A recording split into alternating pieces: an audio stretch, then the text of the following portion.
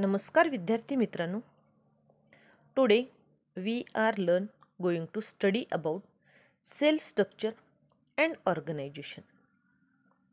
तर विद्यार्थी मित्रांनो, आज आपण इयत्ता 11वी सायन्स यामध्ये असणारा घटक 5वा किंवा चॅप्टर 5 सेल स्ट्रक्चर म्हणजे पेशीची असणारी रचना अँड ऑर्गनायझेशन आणि पेशींचं असणारं संघटन याचा आपण अभ्यास करूयात.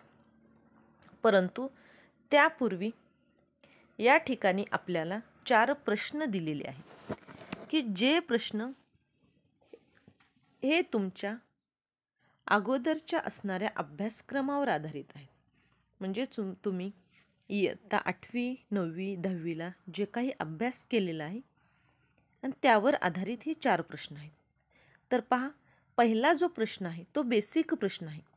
हू observe cell under the microscope for the first time. तर पहा, हू ऑब्झर्व म्हणजे काय? निरीक्षण करणे. सेल पेशी अंडर द मायक्रोस्कोप म्हणजे सूक्ष्मदर्शीच्या खाली. फॉर द फर्स्ट टाइम म्हणजे सर्वप्रथम पेशी किंवा पेशीचं निरीक्षण कोणी केलं? तर आपल्याला माहिती आहे, सर्वप्रथम पेशीचा शोध किंवा पेशी हा शब्द कोणी वापरला आहे? The scientist Robert Hooke in 1665.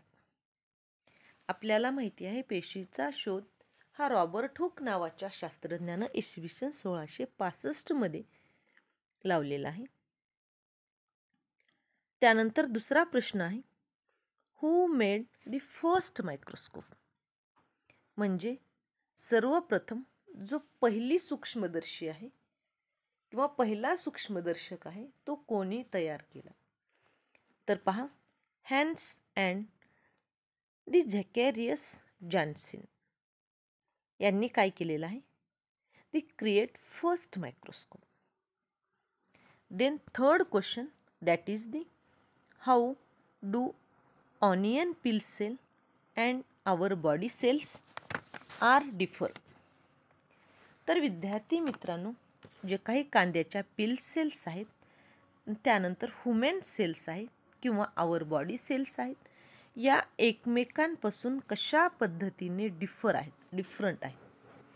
तर पहा, onion peel cell contain chloroplast. आपल्या सर्वांना माहिती आहे, जे काही ऑनियन पील सेल्स आहेत यामध्ये क्लोरोप्लास्ट आहे. And or while the human cell does not contain chloroplast. म्हणजे आवर बॉडी सेल्स आहेत किंवा ह्युमन सेल्स आहेत, यामध्ये क्लोरोप्लास्ट हे कंटेन नाही किंवा अब्सेंट आहे. Then second different, that is the onion peel cell have a thick cell wall and definite shape.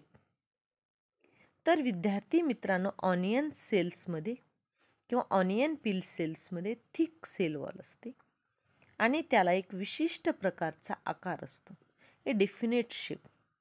But in while the human cell does not have an ideal shape or a cell wall. म्हणजे our body सेल्समध्ये cell wall ही absent असते आणि कसल्याही प्रकारचा ideal shape हा नसतो. Does not have an ideal shape. Then fourth question, that is the why bacterial nucleus is said to be primitive. Bacterial न्यूक्लियसला प्रिमिटिव्ह कशामुळे म्हटलेले आहे? तर पहा, आपल्याला माहिती आहे, प्रिमिटिव्ह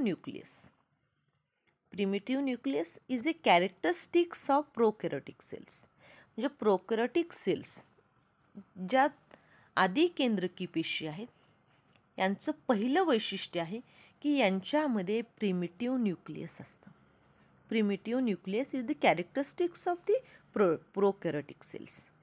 आणि जे काही बॅक्टेरिया आहे, bacteria are said to be the best known prokaryotic organism. आणि आपल्याला सर्वांना माहिती आहे दृश्य केंद्रकी असणारा सजीव जो आहे तो आहे बॅक्टेरिया.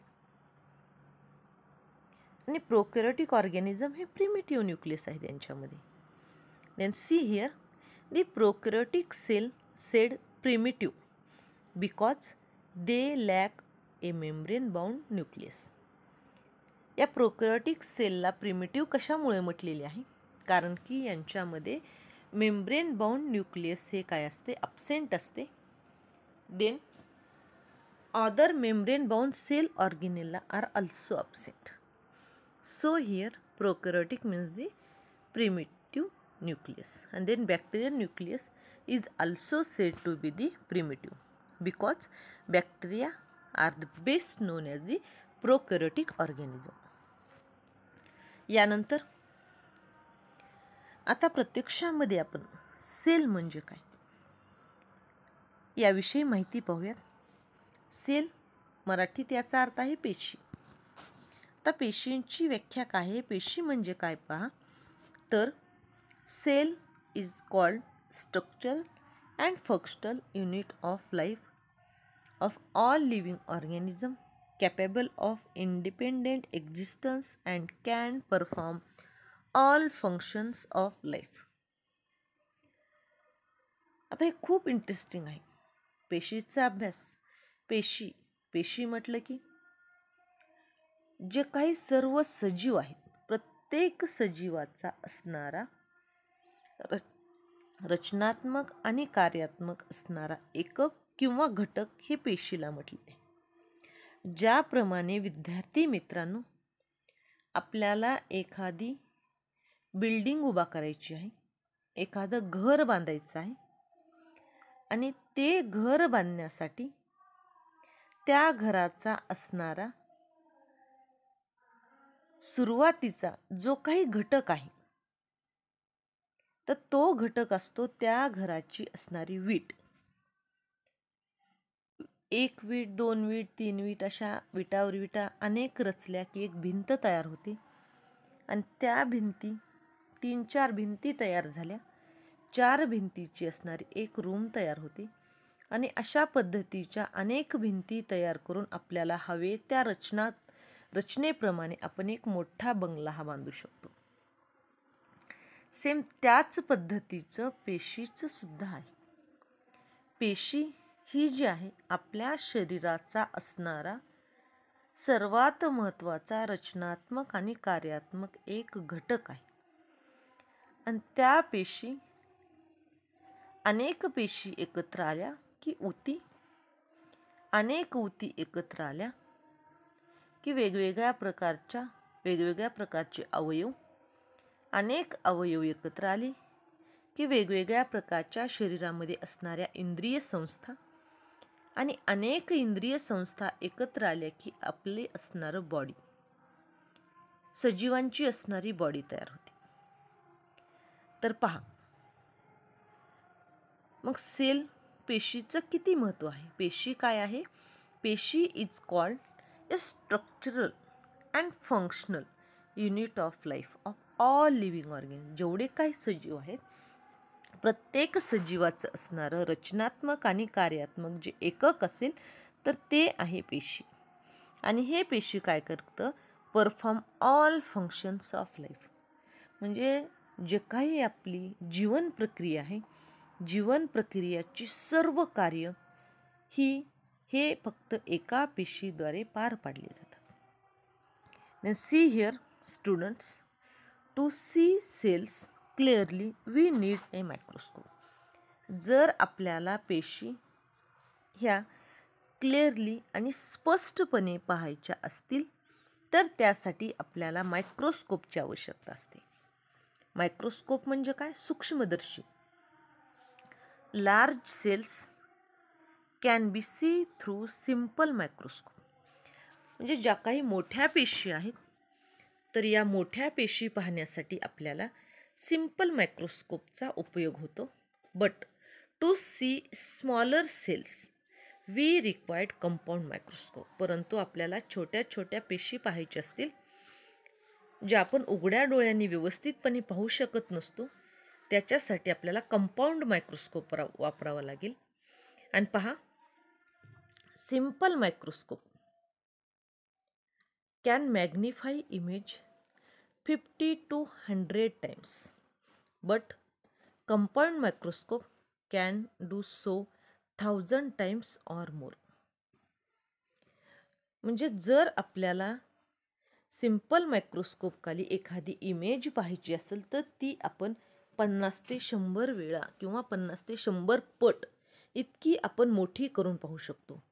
परंतु तीच इमेज किंवा पेशी कंपाऊंड मायक्रोस्कोप खाली आपण 1000 वेळा मोठी किंवा 1000 पेक्षाही more than 1000 times image can magnify. But students, in microscope we can use in the laboratory a beam of light. It used to things visible, hence it light microscope.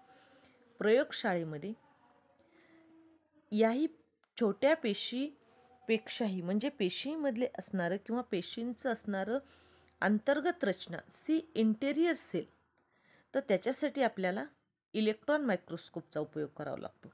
आणि या electron microscope खाली एखादी image आपण 5 lakhs time greater than simple microscope, म्हणजे साध्या मायक्रोस्कोपच्या तुलनेमध्ये 5 लाख वेळा अधिक मोठी आपण मॅग्निफाइंग इमेज करू शकतो. तर पहा विद्यार्थी मित्रांनो, there is no typical shape of cell, म्हणजे कसल्याही प्रकारे पेशीचा असणारा एखादा टिपिकल शेप हा नाही. तर पेशी ह्या स्पेरिकल आहेत, रेक्टँग्युलर आहेत, फ्लॅटेंड आहेत, पॉलिगोनल आहेत, ओव्हल आहेत, ट्रँग्युलर आहेत, कोनिकल आहेत आणि कोलुमनार आहेत. आणि त्याचबरोबर ज्या पद्धतीनं पेशींची साईज, पेशींचा आकार हा सारखा नाही, त्याप्रमाणे पेशींची साईजसुद्धा वेगवेगळी आहे. तर पहा, cell size the various greatly in various plant and animals, म्हणजे प्राण्यांमध्ये आणि वनस्पतीमध्ये पेशींची साईज ही वेगवेगळी आहे. Some of them are not visible to नेकाय, काही पेशींची साईज आपण उघड्या डोळ्यांनी पाहू शकत नाहीत, परंतु काही पेशी आपण डायरेक्टली उघड्या डोळ्यांनी पाहू शकतो. तर पहा, कोणकोणत्या पेशी अशा आहेत की आपण उघड्या डोळ्यांनी पाहू शकतो आणि कोणत्या पेशी आहेत की ज्या आपण उघड्या डोळ्यांनी पाहू शकत नाहीत. Some are barely visible while some are microscopic, काही विजिबल आहेत, काही मायक्रोस्कोपिक आहेत. तर smallest cell size can be seen the mycoplasma, म्हणजे सगळ्यात छोटी सेलची साईज, सेलचा आकार हा मायकोप्लाझ्मामध्ये आहे. तो 0.03 micrometre in length. Bacterial cell size that is the 3 to 5 micrometre, while the largest cell size see in ostrich egg, म्हणजे सर्वात मोठी जी उघड्या डोळ्यांनी आपण पेशी पाहू शकतो अशी आहे शहामृगाचे असणारे अंडे. तर जवळजवळ याची साईज आहे 15 सेंटीमीटर, म्हणजे 15 centimetre. Largest cell are nerve cell, आणि सर्वात लॉंगेस्ट सेल, सर्वात लांब सेल कोणती असेल तर ती आहे आपल्या चेतापेशी, ज्याला चेतापेशी म्हणतो, nerve cell. See here, you already know that this cell theory, या अगोदर आपण सेल थेरी काय आहे ही पाहितलेलीच आहे, कशाला सेल थेरी म्हणतात. परंतु पहा, ही सेल थेरी श्वॅन आणि शिल्डन यांनी मांडलेली आहे. However in this theory, Schwann and Schleiden यांनी मांडलेल्या थेरीमध्ये कसल्याही प्रकारचं एक्सप्लेनेशन केलं नव्हतं. कशा संदर्भानं की नवीन पेशी ह्या निर्माण होतात. फक्त सेल थेरी पेशी आहे, पेशींची साईज, पेशींचा आकार, पेशीविषयी माहिती हे शिल्डन आणि श्वॅन यांच्या सेल थेरीमध्ये मांडलेलं होतं. परंतु त्यानंतर 1855 मध्ये it was the Rudolf the Virchow who explained for the first time that is the new cell are formed by cell division, म्हणजे पेशी विभाजनानं ह्या पेशी नव्या पेशी तयार होतात. ह्या सर्वप्रथम 1855मध्ये रुडॉल्फ दी व्होर्चो आहेत यांनी सांगितलेलं आहे. आणि फॉर्म प्री एक्झिस्टिंग सेल ती ऑम्निसेल्युलाई सेलुलापासून. इन लॅटर इयर्स म्हणजे त्याच्यानंतर आणखी काय झालं, ॲडव्हान्स टेक्नॉलॉजी आली आणि या ॲडव्हान्स रिसर्च टेक्नॉलॉजीमध्ये सायटॉलॉजीवर अनेक प्रकारे काय केलेलं आहे, अभ्यास केला आहे, मॉडिफिकेशन केलं आहे सेल थेरीवर, आणि which is now known as the modern cell theory. आणि त्याच सेल थेरीला आपण सध्या आता मॉडर्न सेल थेरी असं म्हणतो. तर पहा, सेल साईज ह्या कशा प्रकारे कोणकोणत्या प्राण्यांमध्ये, प्रोटीन्समध्ये, बॅक्टेरियामध्ये, मायटोकॉन्ड्रियामध्ये, plant cell, animal cell, pollen, human egg, frog cells असे अनेक प्रकारच्या प्राण्यांमध्ये असतील, वनस्पतीमध्ये असणार, यामध्ये असणाऱ्या सेलची साईज किती आहे ही या चार्टमध्ये दाखवलेली आहे. यानंतर विद्यार्थी मित्रांनो, पुढच्या व्हिडिओमध्ये आपण टोटीपोटेन्सी म्हणजे काय, हा एक सेलचं असणारं एक वैशिष्ट्य आहे टोटीपोटेन्सी. हे टोटीपोटेन्सी जनरल आपण पाहूयात की यामध्ये काय होतं, कंप्लीट न्यू ऑर्गॅनिझम हा तयार होतो. ए सेल इज टोटीपोटेंट. सर्व पाहूयात आपण. व आजच्या व्हिडिओमध्ये नक्कीच तुम्हाला सेल म्हणजे काय, सेलची असणारी साईज, सेलची असणारी शेप्स हे सर्व समजले असतील. अशाच प्रकारे विद्यार्थी मित्रांनो, जर तुम्हाला 11वीचे अधिकाधिक व्हिडिओ पाहायचे असतील तर युग विज्ञान आणि तंत्रज्ञान या चॅनलला लाईक करा, शेअर करा आणि सबस्क्राईब करायला विसरू नका. या व्हिडिओला लाईक करण्यामागे फक्त एकच कारण आहे विद्यार्थी मित्रांनो, मला काही कसल्याही प्रकारचे पैसे कमवायचे नाहीत किंवा काही नाही, परंतु तुमच्यासारखेच आणखी जर कोणी गरजू विद्यार्थी असतील की ज्यांना खरंच सायन्स हा सब्जेक्ट अवघड जात असेल, सायन्सचा त्यांना अभ्यास करायचा असेल, तर त्या विद्यार्थ्यांपर्यंत हा व्हिडिओ पोहोचण्यासाठी कारण तुम्ही जर या व्हिडिओला लाईक केलं तर यूट्यूब हे आपल्या व्हिडिओला प्रमोट करते आणि प्रमोट केल्यानंतर तुमच्यासारख्या गरजू विद्यार्थ्यांपर्यंत आपोआप हा व्हिडिओ पोहोचला जातो. त्यासाठी व्हिडिओ आवडला तर लाईक करा. धन्यवाद.